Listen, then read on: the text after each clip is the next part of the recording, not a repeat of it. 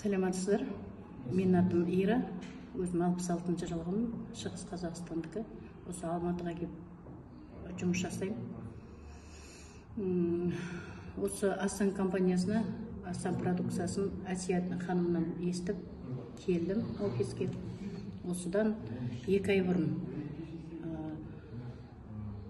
июньнің 18-інде келіп, осы компаниядан 4 өнім алдым.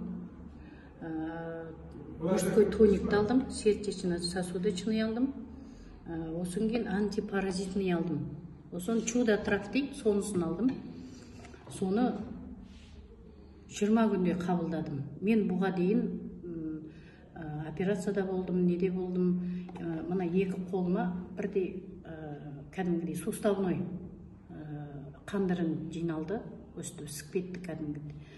Оны майдан 4-інде барып хирургқа кескіздім. Кескізгем жоқ, тесіп ішінен қандырын алды кәдімгідей. Шприцпен соғылып.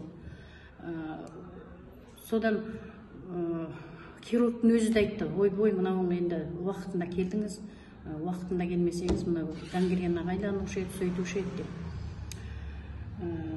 Қазақпыз ғой, соған дейін барып аламыз ғой, не барам деп. Содан жақсы болып, тәуір болып жүрдім. Мына офиске келмей тұрып, мына жақ қолыма қайтадан пайда болды. Үлкейіп, күнделікті өсе бастады. Осы өнімдерді алып іше бастадым. Бір 15-20 күннің арасында байқадым, мына қолым кәдімгідей іскені, мына несінің бәрі жоғалды. Өзімдің де сондай иммунитетім ашылып, сондай өзі шаршағаным басылып, керемет жақсы жүрдім. Енді қазір келіп осы өнімдерді қабылдап жатырмын. Жақсы көмектеседі. Алыңыздар, келіңіздер, көмектеседі. Бұған енді біреу айтса сен берем. Өзімнің басынан өткеннен кейін сондай сендім.